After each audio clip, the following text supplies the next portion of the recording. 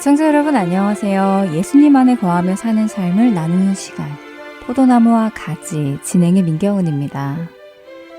여러분 빵 좋아하세요? 미국에서 살아갈 때 맛있는 빵집이 흔하지 않다는 단점이 있지만 또 이로 인해 집에서 직접 만들어 먹게 되는 장점도 있는 것 같습니다. 집집마다 오븐이 있고 베이킹을 할 수 있는 툴이나 재료들을 쉽게 구할 수 있지요. 제 친구도 한국에서는 해본 적 없는 베이킹을 미국에 와서 많이 하게 된다면서 지금은 식빵부터 케이크까지 척척 만들어냅니다. 저는 직접 해본 적이 없어서 빵 만드는 영상을 보며 언젠간 나도 만들어 보리라 하고 꿈을 꾸지만 아직은 용기가 나지는 않네요. 여러분은 베이킹을 해본 적 있으신가요? 저는 빵 만드는 영상을 볼 때 가장 재미있는 장면이 처음 반죽한 빵이 시간이 지나면서 부풀어 올라 그릇을 꽉 채우는 장면을 볼 때입니다. 굉장히 적은 양의 이스트를 넣었는데도 빵빵하게 부풀어 오르더라고요. 이렇게 이스트를 넣으면 반죽이 빵빵하게 부풀어 오르는데요. 이스트, 즉 누룩으로 인해 빵빵하게 부푸는 이유는 누룩이 밀가루 반죽의 영양분을 분해하면서 이산화탄소를 만들어내고 이 탄산가스가 끈끈한 반죽을 뚫고 나오지는 못해서 반죽 안에 머무르면서 반죽이 점점 부풀게 되는 원리라고 합니다. 즉 누룩은 가루 반죽을 부풀게 하는 발효소이지요. 또 이 누룩은 성경에서도 등장하는데요. 구약 시절에 누룩을 넣고 빵을 만들기도 하고 누룩을 빼고 빵을 만들기도 했습니다. 그리고 하나님께서 누룩을 빼고 빵을 만들라고 하는 절기가 있는데 바로 무교절입니다. 무교절에는 온 집안에서 누룩을 제거해야 하며 누룩을 뺀 빵을 만들어서 먹었습니다. 왜냐하면 바로 성경에서는 누룩이 죄를 상징하기 때문이지요.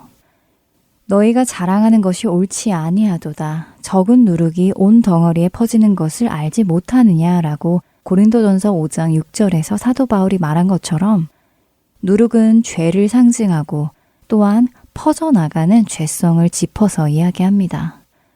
적은 누룩이 온 덩이에 퍼지듯이 죄도 퍼져나갑니다. 죄가 죄를 낳듯이 죄는 또 다른 죄를 가져오기도 하고 한 성도로부터 시작된 죄가 다른 성도에게까지 퍼져나가기도 합니다. 거짓 교사의 거짓된 가르침도 그렇게 퍼져나가기도 합니다. 그래서 죄를 다루는 것을 꽤 신중하고 조심스럽게 다루어야 하는데요. 지난 주일 예배를 마치고 잠시 전할 말이 있다면서 장로님 두 분과 목사님으로 구성된 교회 리더십 팀이 단상에 다시 올라오셨습니다. 무슨 광고를 전하나 보다 하며 옆 친구와 장난치며 듣고 있었는데 교회 리더십은 성도들을 향해 현재 우리 교회에서 죄를 짓고 있는 한 성도의 이야기를 나누기 시작했습니다. 순식간에 예배당은 조용해졌고 장로님은 계속 말씀을 이어나가셨지요. 교회 리더 측에서는 마태복음 18장에 의거해서 한 사람이 가서 죄에서 돌이키기를 권면했고 다시 두세 사람이 가서 권면했지만 결국 교회를 떠나게 되었다고 설명해 주셨습니다. 덧붙여 비록 지금 그가 떠나 있지만 계속해서 그를 위해 기도해야 하며 그가 죄에서 돌이킬 수 있도록 기도해 달라고 말씀하셨습니다. 저는 이 이야기를 듣는 동안 많은 생각이 머릿속에서 오고 갔습니다. 그 사람 되게 신실해 보였는데. 그런데 나도 죄가 드러나면 저렇게 되는 건가? 조금 무섭다. 그래도 교회인데 품어주어야 하는 것 아닌가? 하는 생각도 들었지요. 그 성도의 죄를 여기에서 밝힐 수는 없지만 너무나 분명하게 드러난 죄였습니다. 그리고 그 말씀을 전하신 장로님이 마태복음 18장에 의거해서 이렇게 행했고 계속해서 우리는 그를 위해 기도해야 한다는 말씀에서 권위가 느껴졌습니다. 사람들은 종종 말합니다. 교회 다닌다면서 이런 것은 좀 이해해주고 넘어가야 하는 거 아니야? 교회 다니면서 왜 이렇게 화를 내? 교회 다니잖아. 이런 거는 용서하고 넘어가 등등 말입니다. 교회 다니는 사람은 착하다라는 이미지가 늘 있는 것 같습니다. 또 교회 다니는 사람은 남들이 잘못을 해도 웃으면서 넘어가 주어야 하는 것일까요? 교회니까 모든 죄들을 받아 주어야 하는 것일까요? 에베소서 말씀에서 모든 겸손과 온유로 하고 오래 참음으로 사랑 가운데서 서로 용납하고 평안에 매는 줄로 성령이 하나 되게 하신 것을 힘써 지키라 라고 4장 2절과 3절에서 말씀하시고 골로새서 3장 13절에서 서로 용납하여 피차 용서하되 주께서 너희를 용서하신 것 같이 하라 라고 말씀하십니다. 하지만 마태복음에서 예수님께서는 이렇게 말씀하십니다. 내 형제가 죄를 범하거든 가서 너와 그 사람과만 상대하여 권고하라. 만일 들으면 내가 내 형제를 얻은 것이요. 만일 듣지 않거든 한두 사람을 데리고 가서 두세 증인의 입으로 말마다 확증하게 하라. 만일 그들의 말도 듣지 않거든 교회의 말하고 교회의 말도 듣지 않거든 이방인과 세리와 같이 여기라. 마태복음 18장 15절부터 17절의 말씀입니다. 용서와 용납, 그 기준은 무엇일까요? 죄가 드러난 성도를 향해, 또 나를 향해, 그리고 교회 공동체를 위해 우리는 어떻게 용서와 용납을 행해야 하는 것일까요? 찬양 한 곡 듣고 계속해서 말씀 나누겠습니다.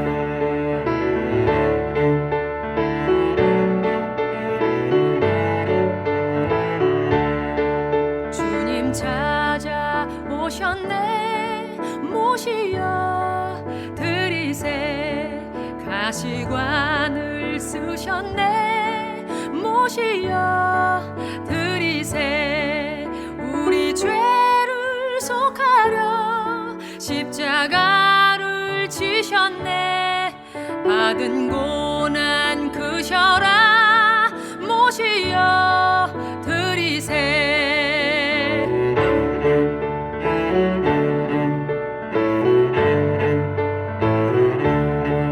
보라 성자 오셨네 모시여 드리세 영광 중에 계신 주 모시여 드리세 헛된 교만 버리고 우리 구주 모시여 영원 복락 누리세 모시여 드리세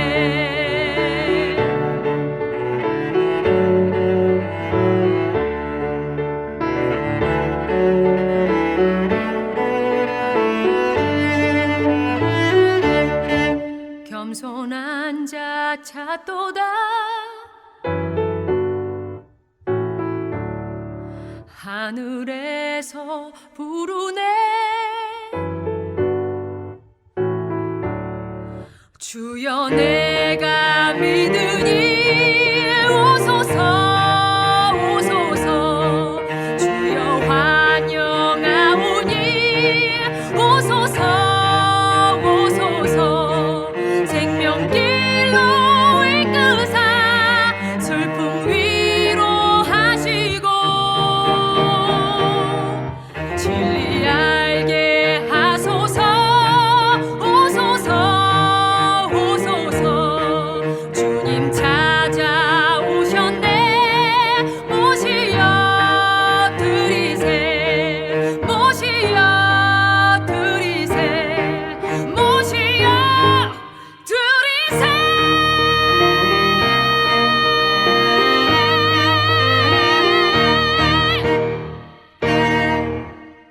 예수님께서 행하신 용서와 용납의 기준은 무엇이었을지 생각해 보고 싶습니다. 예수님께서는 모든 사람들을 사랑하고 용서하고 용납하셨습니다. 그리고 그렇게 하라고 제자들에게도 일러주셨지요. 몇 번이나 용서를 해주어야 하냐는 베드로의 질문에 이렇게 말씀하십니다. 너희는 스스로 조심하라. 만일 내 형제가 죄를 범하거든 경고하고 회개하거든 용서하라. 만일 하루에 7번이라도 내게 죄를 짓고 7번 내게 돌아와 내가 회개하노라 하거든 너는 용서하라 하시더라. 누가복음 17장 3절과 4절의 말씀입니다. 몇 번이고 무한 번이고 용서를 해주라고 하십니다. 단 돌아와서 회개했을 때 말입니다. 예수님은 모든 사람들을 사랑하고 용서하고 용납하셨지만 사람들이 자신의 죄에서 돌이키기를 원하셨습니다. 우리 역시 용서는 하되 그 죄에 대해서는 다른 태도를 보여야 합니다. 죄를 지은 성도는 용서해 주어야 합니다. 하지만 그 죄를 허용해서는 안 되지요. 죄라는 것을 인정하고 돌이키기 위해 힘쓰고 있다면 도와주고 기도해 주어야 하는 것은 맞지만 그 죄까지 교회 안으로 들어오게끔 허용해 주면 안 됩니다. 예수님께서는 중풍병자를 고쳐주시고 다시는 가서 죄를 짓지 말라고 하셨고 가늠하다 잡힌 여인에게도 다시는 가서 죄를 짓지 말라고 하셨지요. 나는 의인을 부르러 온 것이 아니요 죄인을 부르러 왔노라 하시니라 라고 마태복음 9장 13절 후반의 예수님의 말씀입니다. 죄인을 불러 회개시키고 돌아오기를 원하셨습니다. 우리의 교만을 내려놓게 하기 위해서, 화평하지 않은 그 집사와 화해시키기 위해서, 미움을 버리게 하기 위해서, 성도들과 이웃을 향한 사랑이 더 자라나기 위해서, 그리고 경건한 삶을 위해서 등등 말입니다. 여전히 우리를 다독이시고 훈련시켜 주시며 기다려 주시고 그 죄에서 돌이켜 조금 더 흠없는 자녀로 살아가기를 원하십니다. 용서하고 용납하시지만 가르치십니다. 나를 향해 또 타인을 향해 그들을 용서하고 용납하지만 죄가 무엇인지 그 죄에서 돌이켜야 함을 알려주어야 합니다. 때문에 우리도 예수님을 본받아 나를 향해 또 타인을 향해 그들을 용서하고 용납하지만 죄가 무엇인지 그 죄에서 돌이켜야 함을 알려주어야 합니다.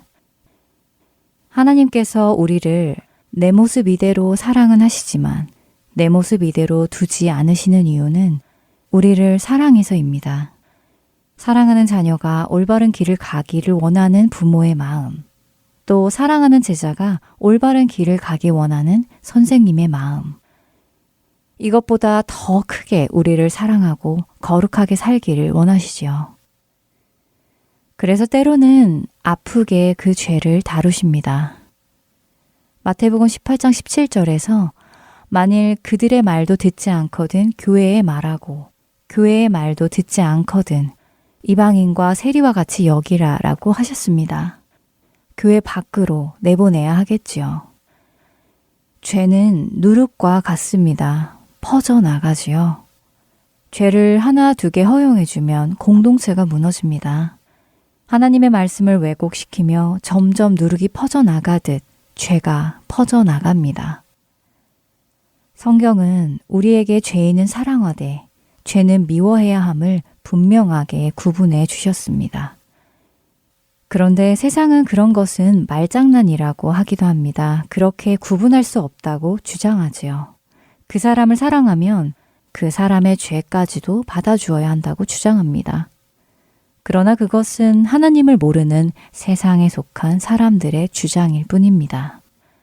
하나님께서는 죄는 미워하셨지만 죄인을 사랑하셔서 그 아들을 십자가에 오르게 하셨습니다. 죄를 향한 그 미움을 죄 없으신 자신의 독생자 위에 부으셨습니다. 죄인인 우리를 살리시기 위해서 말이죠. 이 진리를 우리는 반드시 기억해야 합니다. 사람들을 포용해 주어야 하는 것은 맞습니다. 용납해 주고 서로 섬겨 주어야 하지요. 그러면서 동시에 죄가 무엇인지를 가르쳐 주어야 하고 예수님 앞에서 온전한 모습으로 설 수 있도록 도와주어야 합니다. 그것이 성경이 우리에게 가르치는 것입니다. 그 성경의 말씀을 따라 우리의 죄를 다루어가는 성경적 그리스도인이 되기를 바라며 오늘 이 시간 마치겠습니다. 포도나무와 가지 다음 시간에 뵙겠습니다. 안녕히 계세요.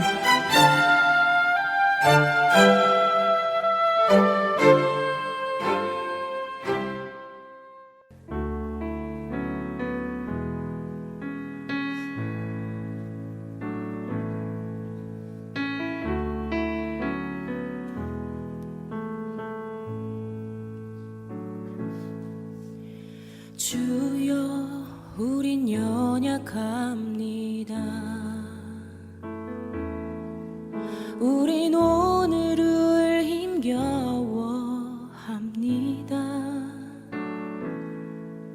주 뜻 이루며 살기에 부족합니다. 우린 연약합니다. 주여 우린 넘어집니다. 오늘 하루 또 실수합니다. 주의 긍휼을 구하는 죄인입니다. 우린 주만 바라봅니다.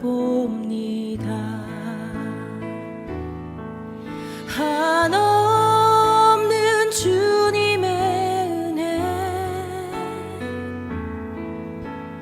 온 세상 위에 넘칩니다.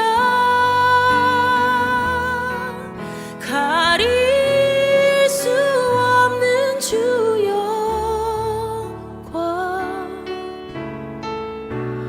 온 땅 위에 충만합니다. 주님만이 길이오니 우린 그 길 따라갑니다.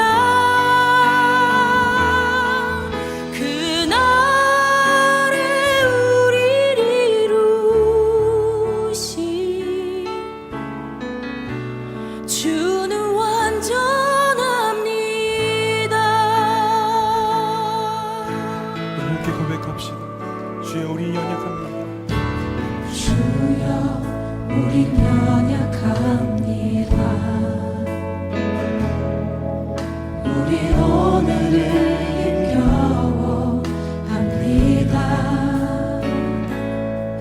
주 뜻 이루며 살기에 부족합니다.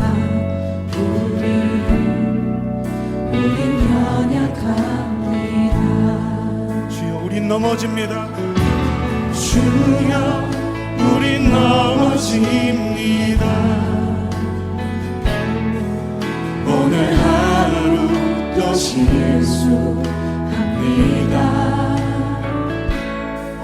주의 긍휼을 구하는 죄인입니다. 우리 주만 바라봅니다. 한없는 주님의 은혜 온 세상 위에 넘칩니다. 가릴 수 없는 주 영광 온 땅 위에 충만합니다. 주님만이 길이오니 우린 그 길 따라갑니다. 그날에 우리 이루신 우리의 모든 눈물을 덮으시는 주님의 은혜 한없는 주님의 은혜 우리를 붙드셨습니다. 온 세상 위에 넘칩니다. 가릴 수 없는 주 영광 온 땅 위에 충만합니다. 주님만이 길이오니 우린 그 길 따라